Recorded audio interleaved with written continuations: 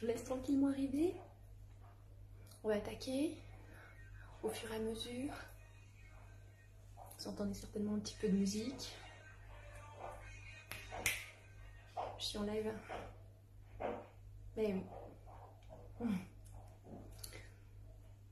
Donc,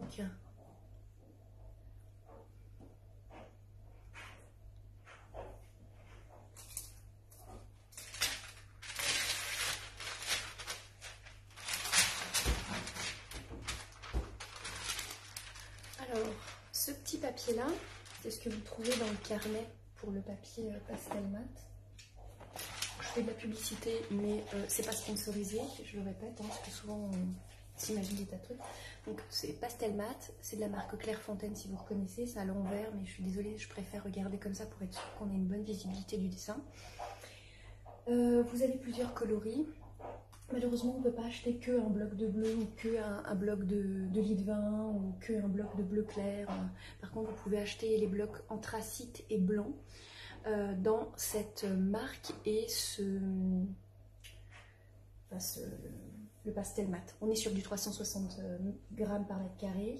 Vous avez 12 feuilles, 4 teintes différentes. J'aime bien ce procédé, mais j'avoue, je vais rarement utiliser les couleurs sable et bleu clair. Ce sera peut-être l'occasion de sortir de ma zone de confort. Ah, coucou Isabelle, un de ces quatre pour pouvoir bosser dessus. Je trouve que c'est très inconfortable de dessiner et de faire de la mise en couleur au pastel sur un fond blanc pastel mat. Alors blanc papier tradit, non. Et sur blanc pastel mat, c'est une horreur. Donc je vous le déconseille d'acheter les blocs de 12 pages, juste du blanc. Vous allez vous rendre compte très rapidement, c'est une horreur. Vraiment pas confortable. Et c'est pas, je sais pas, il est différent des autres couleurs. Je sais pas ce qu'ils ont fait ou ce qu'ils ont mis. Donc vous avez une sorte de protection un peu comme un effet papier calque, mais c'est pas du papier calque, hein, c'est plus souple que ça. Ce qui permet l'effet d'électrostatisme du pastel sec d'être protégé. Le papier pastel mat, c'est un papier un peu abrasif comme ça, un peu comme de la toile émery, mais très fin, genre double ou triple zéro. Mais comme c'est abrasif, votre pastel va être très usé très rapidement, où il faudra vraiment tailler votre crayon de dessin et vos pastels, si vous avez des crayons pastels, régulièrement. Sinon, ben, c'est vrai que il n'y a pas de sinon, mais il n'y a pas vraiment de précision. Donc, moi j'ai proposé de faire sur du papier bleu sombre. Pourquoi? Parce qu'on a un fond qui est déjà sombre et honnêtement, remplir une surface sombre comme celle-ci, c'est pas du tout confort. Donc autant avoir déjà un sombre déjà prêt que d'être obligé de remplir au pastel avec 2, 3, 4, 5 couches, bref. Sinon on n'en finit pas. Si vous n'avez pas de papier pastel mat, il est tout à fait possible d'utiliser du papier canson ou du papier multitechnique qu'on appelle mix média. Vous pouvez trouver ces carnets de dessin dans des boutiques pas très chères, type Foirefouille ou Action. Encore une fois, c'est pas sponsorisé, je fais pas de pub pour ça, mais mes élèves utilisent pas mal ces papiers. J'en ai même acheté moi-même pour pouvoir voir un petit peu les compétences que ces papiers sont capables d'offrir. Et en effet, franchement, pour le prix, qualité, prix, franchement, allez-y, les yeux fermés, ça vaut le coup. Alors bien entendu, je parle des papiers épais, hein, je parle pas des papiers type 80 grammes ou 120 grammes. Ça sert à rien, ça. Je veux dire, c'est juste pour faire du croquis. Hein. C'est type trop fin, vous ne pouvez pas faire de la mise en couleur dans aucun outil, éventuellement crayon de couleur, mais ce sera pas très confortable étant donné que c'est relativement lisse. Plus c'est granuleux, plus vous pouvez mettre de couches, plus le papier va saturer moins vite, plus vous pourrez faire des choses intéressantes dessus. Plus le papier est lisse, moins on peut mettre de couches parce que le papier sature très rapidement, parce que on peut mettre qu'une seule couche. Quoi. Le papier, il n'y a pas de grain, il n'y a pas de trou, il n'y a pas de bosse. Voilà. C'est un petit peu plus compliqué que ça, mais je pense que si vous imaginez dans votre esprit l'image à raccourci, vous vous rendez un peu plus compte. Donc, plus c'est granuleux, mieux c'est. Plus vous pouvez faire des choses intéressantes dessus et plus vous pouvez vous corriger aussi.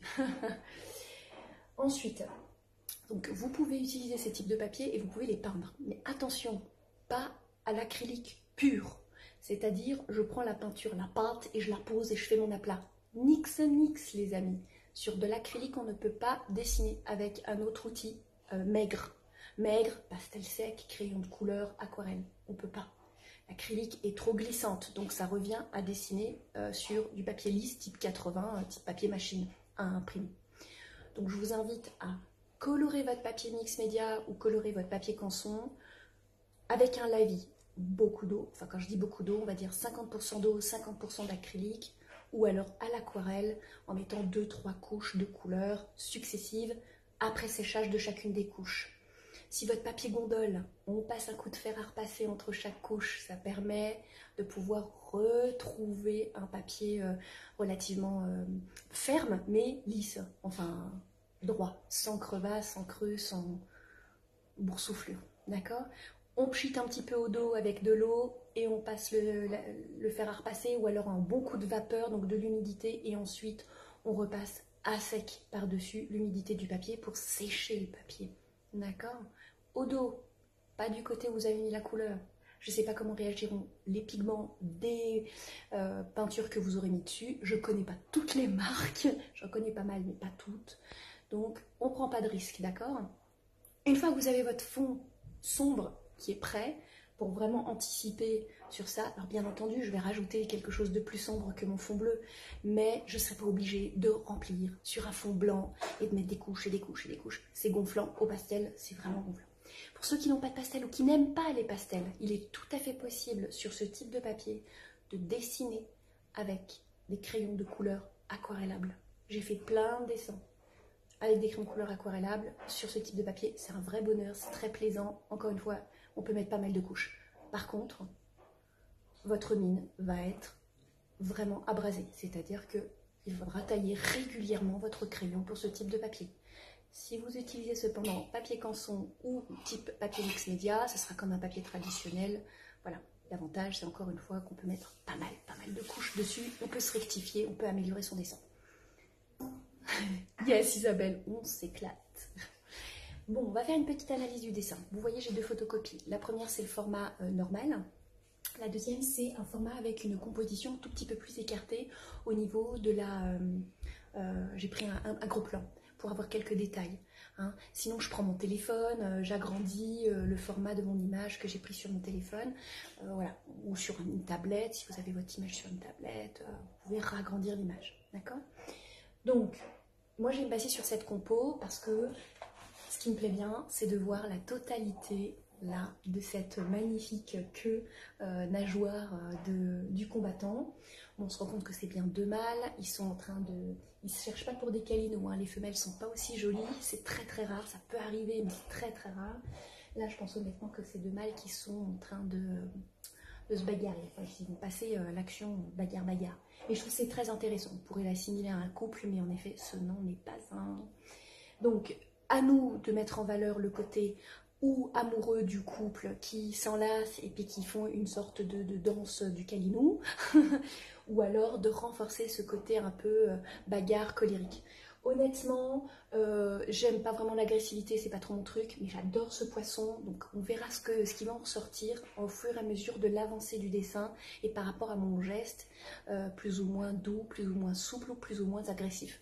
On verra à ce moment-là, on va se laisser guider et après il faudra prendre une décision, faire un choix, ou aller dans une direction ou aller dans une autre. J'en parle parce que c'est très important. À un moment donné, on tombe dans un dessin et dans une interprétation vers la direction dans laquelle on est, on ressent les choses. Parfois, on ne le sait pas. On essaie d'interpréter avec notre mental, mais notre cœur et notre intuition va nous emmener ailleurs. Donc, souvent, le corps, le dessin va imprégner la réelle sensation que vous avez à l'intérieur de vous. C'est super intéressant pour apprendre à se connaître. Oui, on dirait que c'est en douceur, en effet. Hein. Le fond noir permet de contraster super bien les transparences comment ça s'appelle, des nageoires. Et du coup, on a vraiment une sorte de fluidité et une douceur. Hein. Donc ça, c'est la sensation qu'on a sur cette photo. Mais comme je connais très bien ce poisson, que mon fils en a fait un élevage, il a fait des petits avec, etc., les femelles, qu'on passait beaucoup de temps à les regarder et à comprendre un petit peu le processus de ces poissons pour la reproduction, parce qu'il a travaillé sur la reproduction, on va dire que j'ai une autre assimilation que vous pouvez avoir, vous, sur des poissons qui dansent ensemble au moment d'une rue pour pouvoir s'accoupler. Moi, j'ai vu comment ça se passe et c'est pas... C'est pas sympa. Tout dépend si l'animal est territorial ou pas. Et en général, le combattant est très territorial, femelles comprises. Donc même quand elles sont ensemble entre femelles, elles s'entendent pas très bien. Mais heureusement, c'est un poisson qui est très bigleux. Tellement bigleux que quand il y a beaucoup de végétation, ils se voient pas trop entre eux. Donc il faut... Voilà.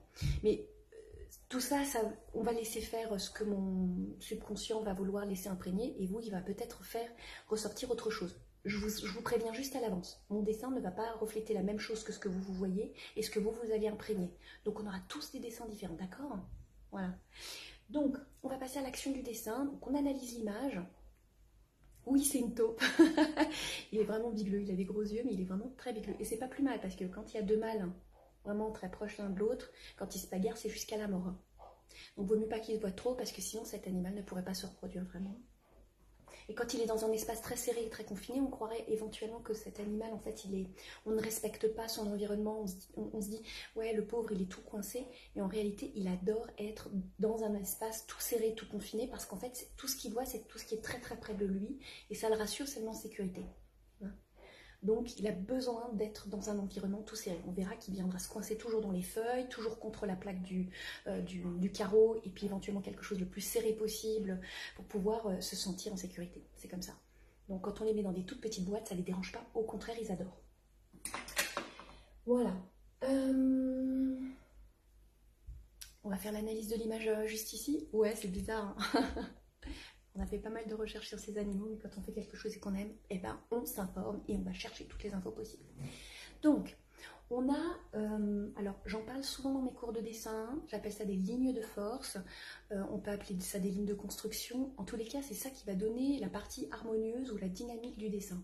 Donc on se rend compte qu'on a un premier mouvement ici de l'animal et on a un deuxième mouvement ici de l'autre animal.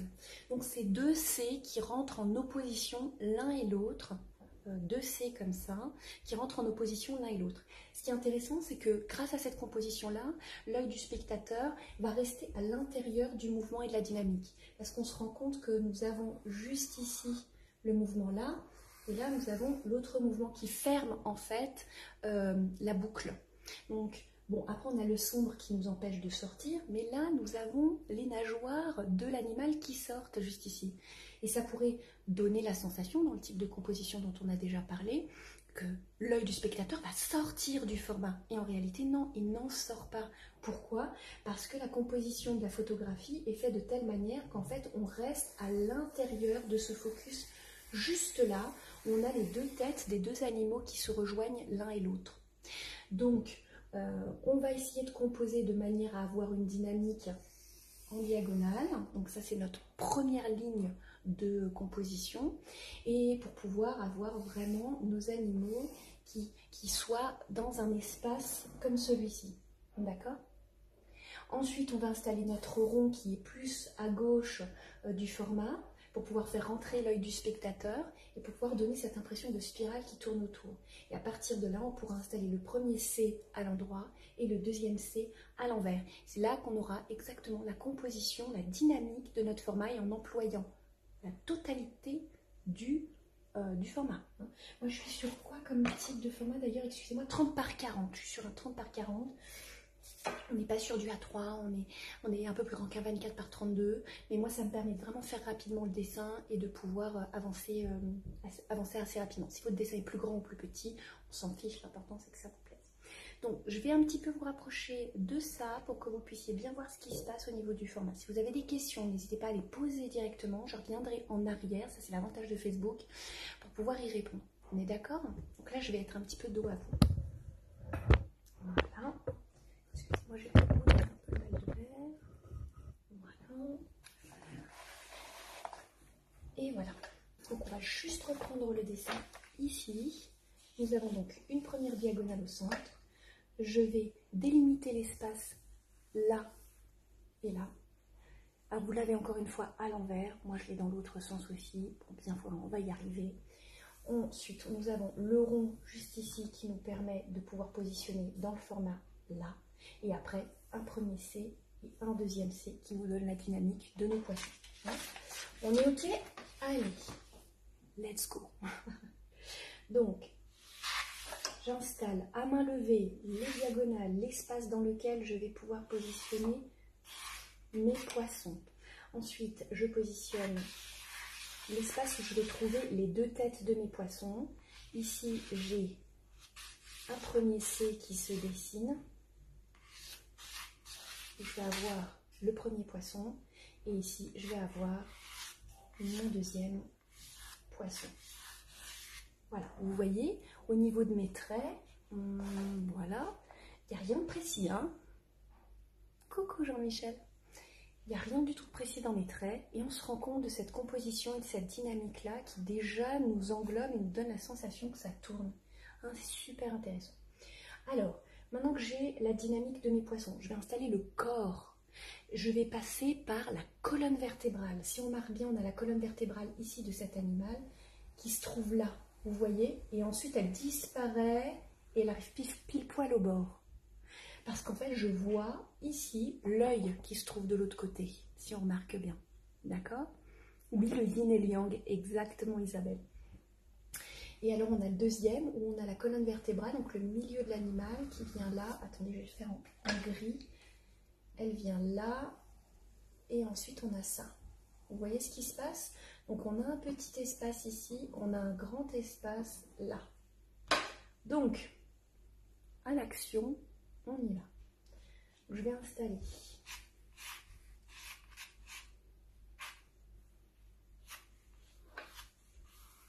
Donc j'ai bien le centre ici, mais je vais hop, plus m'écarter puisque la nageoire ici elle sort. Je vais pouvoir ajouter le petit bout qui manque. Là on a un tout petit peu plus large. Hop. Voilà, et je viens me rapprocher. Voilà. Ensuite, j'ai l'œil à peu près là.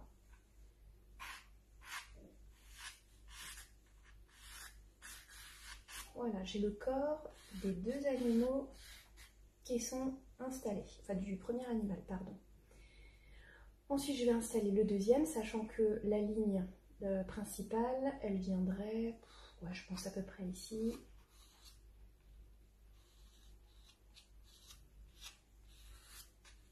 Ouais, là j'ai bien le C. J'ai un premier œil ici, j'ai un deuxième œil. Non, j'ai un problème. J'ai un premier œil ici et j'ai un deuxième œil ici. Voilà, c'est à peu près ça. Voilà. J'ai une nageoire et là, voilà. Donc, j'ai sa bouche ici.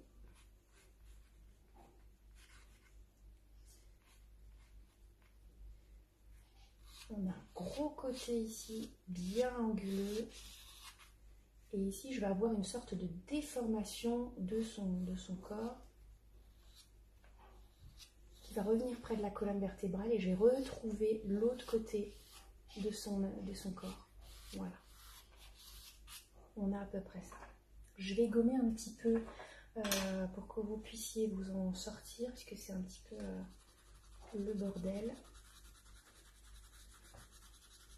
Alors pour gommer, c'est pas forcément trop le top sur ce type de papier. Moi je le fais pour que vous puissiez vous en sortir, que vous soyez pas trop perdu. Mais ne le faites pas, ça sert à rien, d'accord? Bon, sauf si vous êtes complètement paumé, bien entendu, quoi. Bon, ça va, on voit à peu près clair. Coucou Maryse. Voilà. Donc, voilà, j'avais mon crayon qui était déjà super bien taillé. Et là, j'ai quasiment plus rien de dispo, donc je vais le tailler. Excusez-moi, je vous passe devant. Et donc, on va dessiner les nageoires. Et il y a une direction dans laquelle il va falloir aller pour la nageoire pour que ça puisse avoir le plus d'impact possible dans votre dessin. Parce que dessiner, ce n'est pas juste faire des contours. Dessiner, c'est aussi déjà, comme ce que je vous expliquais, donner une première émotion, une première sensation du mouvement et de la dynamique du dessin.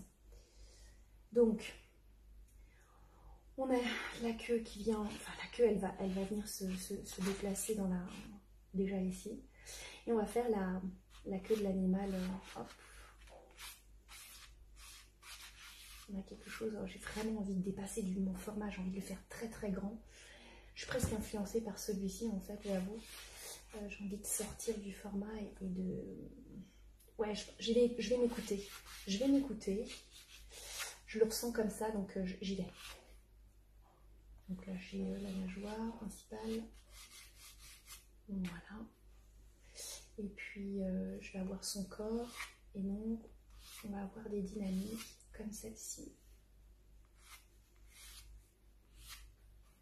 Est-ce que vous voyez déjà au niveau des courbures que j'essaye déjà de donner quelque chose d'assez souple et d'assez doux, hein. On peut le dessiner au crayon de couleur blanc.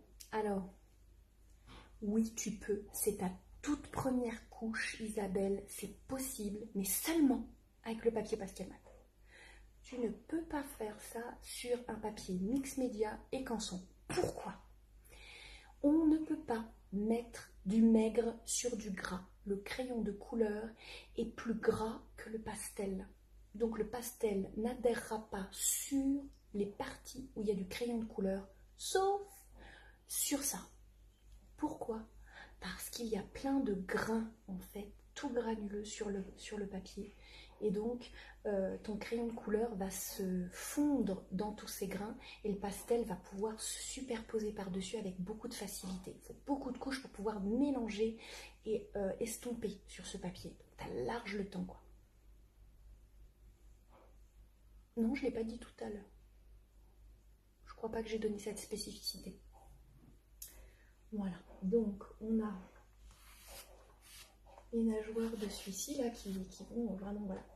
Ensuite on a tout un bordel qui se trouve juste là, vous voyez, au niveau de l'animal. Je vais essayer de lui, je crois qu'on a très proche de l'œil une petite nageoire comme ça, voilà. Elle est bleue dans le bleu, hein. C'est vrai que c'est difficile de la voir.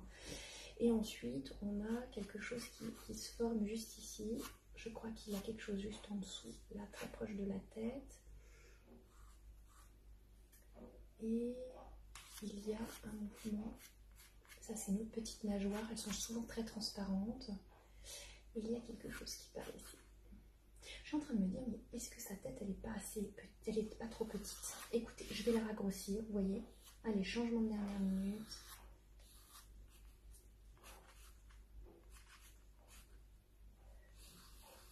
Voilà. Voilà. Changement de dernière minute. Voilà. Est-ce que vous voyez clair? Non, t'es pas à l'ouest, Isabelle, t'inquiète pas. Il y a beaucoup d'informations et il faut digérer tout ça, tu vois. Voilà. Donc, voilà. Il y a une nageoire qui est juste ici et il y en a une autre qui est juste, alors, si on la regarde bien, elle prend quasiment tout le format jusqu'en bas en fait, hein. Donc on va pouvoir y aller. Voilà. Et je crois que c'est à partir de là, ouais, on a ça, l'œil. On a ça. Ouais. On s'induit en erreur à cause de cette ligne de construction, donc je vais l'enlever. La dynamique. Et tu peux faire un peu moins de bruit s'il te plaît? Merci.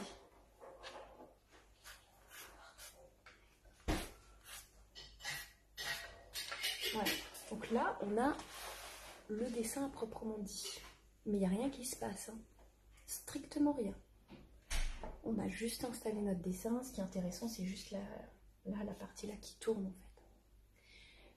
Pendant qu'on est avec le crayon blanc, on va pouvoir en profiter. Mais attention, ceux qui veulent dessiner au crayon de couleur blanc pour cette prochaine étape, donc on va passer là tout de suite, je vous invite vraiment à ne pas appuyer trop fort pour ne pas être limité avec votre pastel pour ceux qui ont du papier pastel mat. Ceux qui sont sur un papier traditionnel type mix média ou canson, avec un fond coloré que vous avez utilisé, ou alors peut-être que votre fond est déjà coloré, eh bien, je vous invite à passer au pastel, d'accord? Ouais, bon après, je vais te dire, Isabelle, au niveau du dessin, il ne faut surtout pas que vous vous dévalorisiez. C'est mon métier, d'accord? Moi, je dessine depuis l'âge de 8 ans. Et quand je dis que je dessine depuis l'âge de 8 ans, c'est tous les jours. J'ai dû faire 10 000, 20 000, 30 000 dessins en tout, sans compter tout ce que je fais en cours chaque semaine avec mes élèves. Donc, mon œil observe énormément. hein, vraiment l'œil est aiguisé, donc no panique. Si vous n'arrivez pas à le faire aussi rapidement, prenez votre temps, d'accord? Il ne faut vraiment pas vous mettre de pression, hein, par rapport à mes compétences et les vôtres. On se compare pas, s'il vous plaît, hein, d'accord? Moi, il y a plein de choses que je ne sais pas faire, hein, et que vous savez certainement mieux faire que moi, ok? Donc, on s'aime. Donc, on a une nouvelle dynamique qui rentre dans les dessins. Vous allez voir le mouvement qu'on a, vous voyez, comme un effet d'éventail dans les plis des nageoires. Et c'est ça qui va nous donner la sensation des choses qui sont courbées et des choses qui sont creusées. Donc on va jouer avec le mouvement de notre crayon. Donc le crayon, la ligne et le mouvement que vous allez prendre va avoir une incidence sur le volume et sur la direction dans laquelle l'animal y va. Ah, c'est ça en fait qui est le truc vraiment hyper fort et qui va vous permettre de gagner du temps dans votre dessin. Donc analysez bien et regardez bien ce qui se passe. Je vais partir du bord du dessin vers l'intérieur pour pouvoir lâcher mon crayon. Donc je voudrais qu'il soit très blanc au bord et quand je lâche mon crayon, je vais moins appuyer et donc il va devenir moins blanc et c'est ça qui va donner une sorte de dynamique de mouvement directionnel. Ok? Allez, let's go.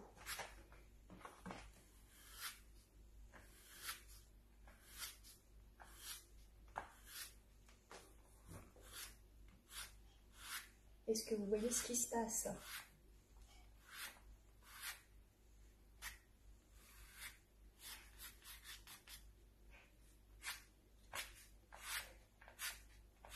Quand je lâche mon crayon, ça devient de plus en plus fin.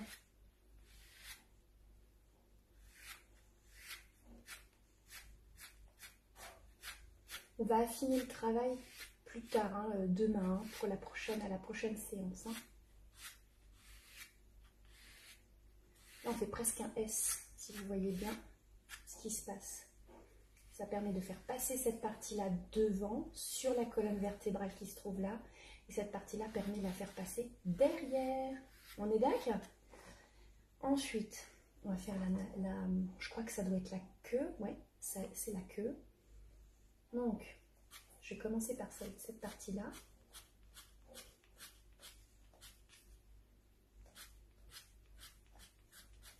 On va lui donner une petite forme un peu sympa. Essayez de ne pas être trop systématique et trop identique d'un endroit à l'autre.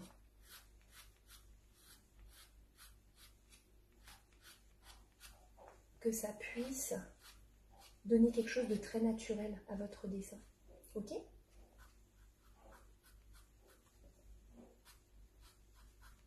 Inspirez-vous de ce que vous voyez sur le dessin, mais vous n'êtes pas obligé de copier. Moi, vous voyez, je ne copie pas. Je m'en inspire, mais je ne fais pas exactement ce qu'il y a dessus. Et là, on a quelque chose qui part comme ça. Vous voyez, je ne suis pas à la totalité de mes contours. Je déborde un petit peu de mes contours. Je reviens dessus. Voilà. Vous avez vu la jolie dynamique qu'on a là déjà?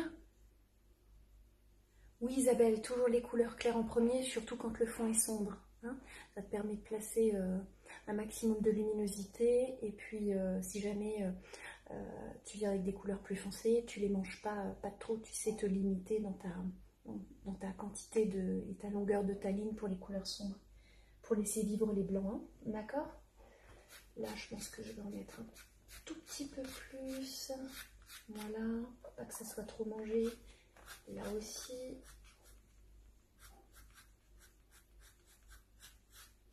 Voilà. Voilà. Ensuite, on a aussi du blanc qui se trouve dans cet environnement-là. Et ça nous donne quelques petites informations graphiques. Donc le graphisme est très important dans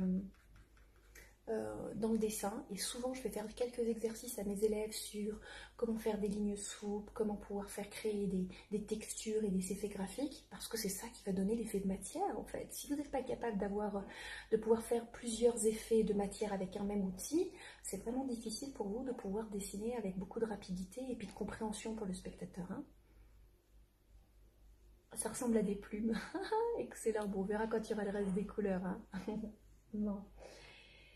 Donc là, j'ai fait des sortes de petites parenthèses, des C à l'envers. J'ai insisté davantage le blanc et j'ai très serré mes C sur le bord de l'arrière de la queue.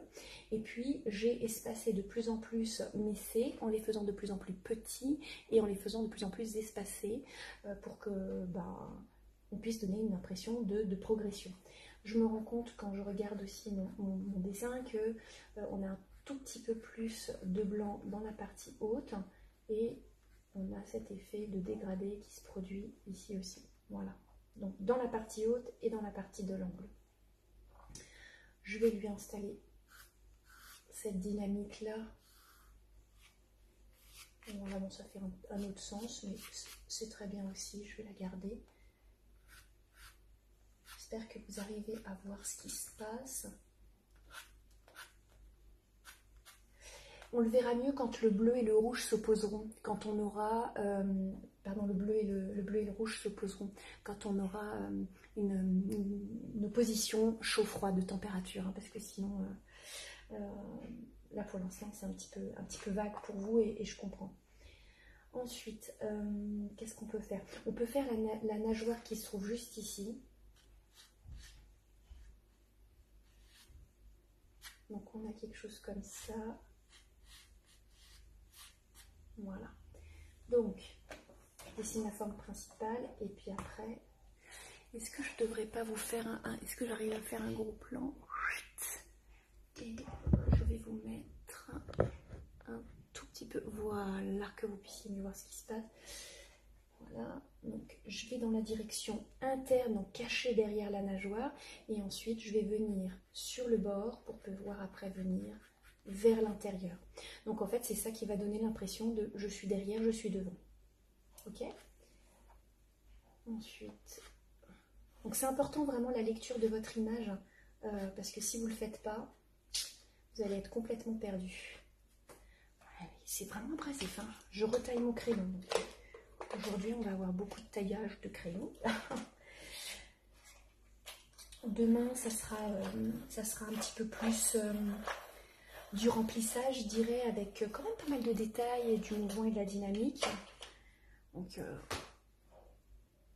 mais avec les bâtons pastels, ce sera plus pratique.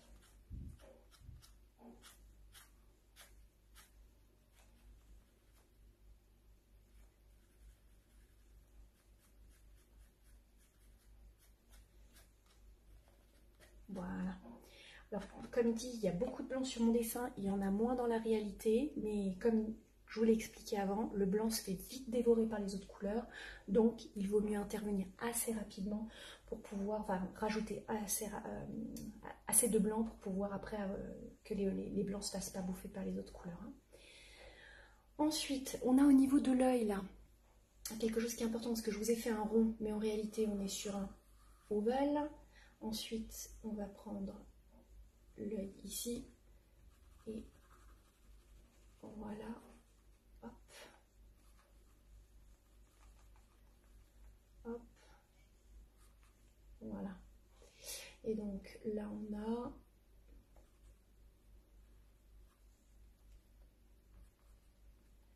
ok. Est-ce que vous voyez encore ce qui se passe? Je suis en train d'installer les effets d'écailles sur le dessus de l'animal. Voilà. Et on a quelque chose qui est très blanc sur la partie là du poisson. Donc je vais faire comme ce que j'ai fait dans la partie ici avec des C. Tout simple. Alors cela il doit être relativement gros. Hein. Et puis bien plus je vais m'éloigner cette fois-ci, plus ils vont devenir petits, denses et serrés.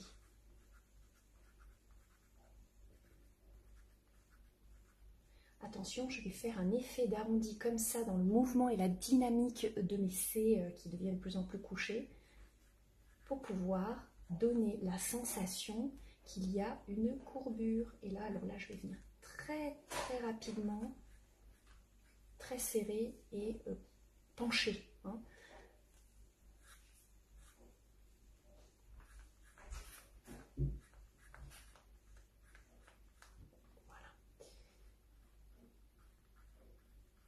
Regardez, je fais un par un, mais s'il vous plaît, de grâce, ne faites pas exactement comme ce que vous voyez sur l'image. Hein. Sortez sortez de la photo. Hein. Il faut sortir de la photo. Impérativement. On interprète, on n'est pas là pour pouvoir faire une photographie, ça ne m'intéresse pas. Hein. Si vous voulez faire de la photographie, donc on appelle ça de l'hyperréalisme, allez prendre des cours ailleurs parce que vous n'êtes pas chez la bonne personne. Voilà. Là aussi j'ai un petit peu plus de blanc dans l'animal, donc je vais en profiter pour pouvoir mettre et placer ces lumières là. Ça lui donne un peu de volume. Sur la bouche aussi, il a la bouche ouverte. Hop. Vous n'êtes pas obligé de faire la bouche ouverte, elle était fermée, elle était très bien fermée comme ça aussi, donc si vous voulez la laisser fermer, laissez-la fermer, c'est possible. Hein. Voilà, et on a un petit peu de lumière, je pense que ça doit être un reflet dans l'animal, il a des reflets, hein, cet animal, il est vraiment, c'est magnifique, c'est un magnifique poisson.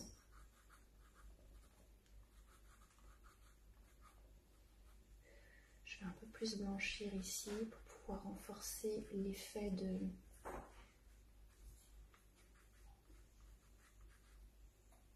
progression.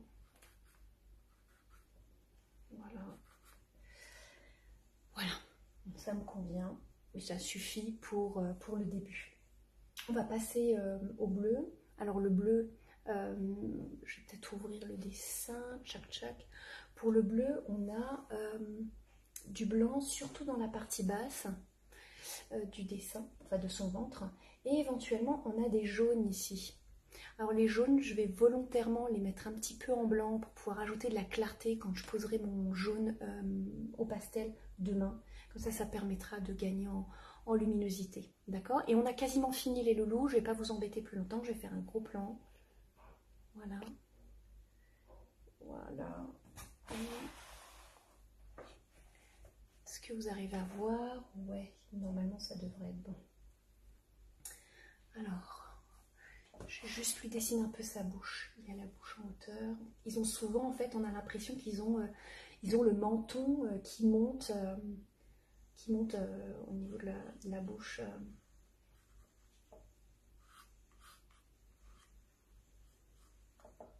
Voilà.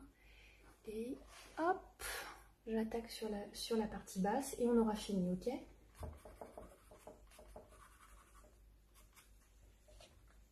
Alors, cette fois-ci, je pars de l'intérieur vers l'extérieur parce que les parties ici sont plus délicates et plus douces.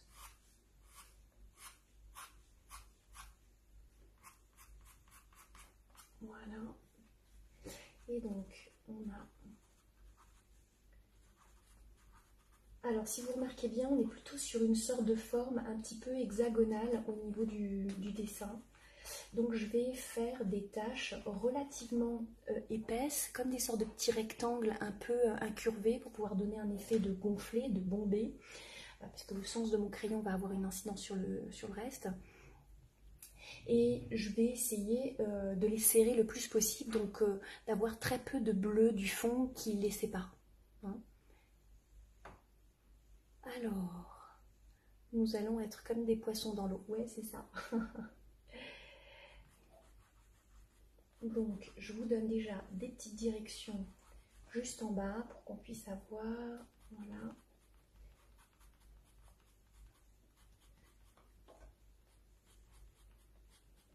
Là, on sent que ça se serre et là, il se redéploie dans le sens inverse. Voilà. Je les fais bien épaisses, mais on va lui changer un peu ces formes-là et on va les détailler un peu plus, évidemment. Donc plus on arrive dans cet endroit-là, plus ils vont être relativement gros dans cette partie ici pour pouvoir venir vers le spectateur.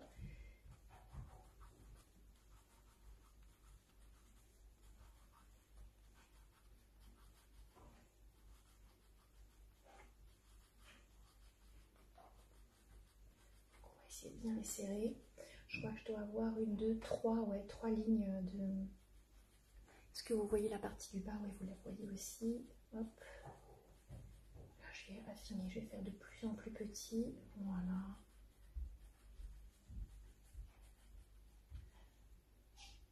Et je pense que là, on est bien blanc. Voilà. On va mettre là. Là. Là. Là.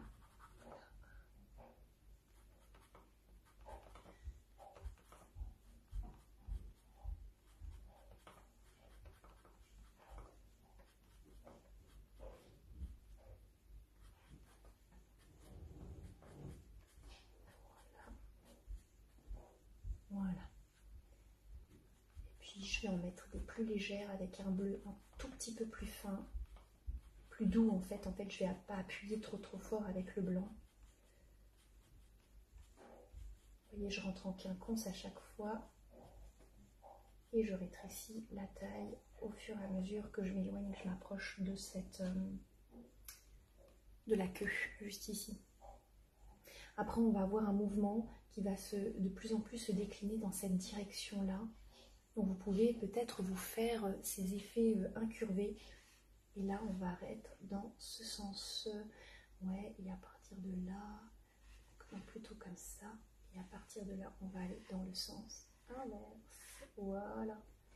Ça paraît un petit peu bizarre, mais c'est comme ça que ça va se passer. Voilà.